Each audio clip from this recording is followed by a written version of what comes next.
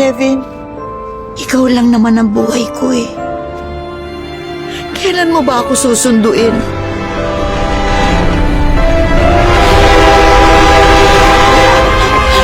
Ano ka ba naman, Kevin? Tita Nanay, ano po yun? Ah, hindi, si tatay. Inaaya ko siya sa labas.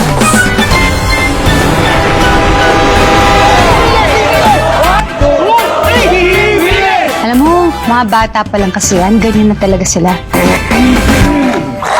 Kikidnap ba to? Kevin, kidnap ba to? Ayusin yung dalawa, ha? Oo, ayusin namin. Ano, hindi pa ba tayo kakain? Alam niyo na, kanina nagmana. Demonyo ka! Demonyo ka! Pwede ba simula ngayon, nakikita nanay lang lahat ng mga gagawin natin?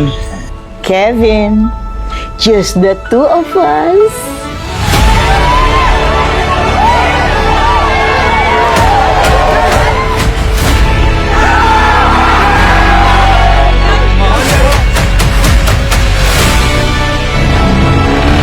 Kevs, parang okay na sila. Ready na ako anytime.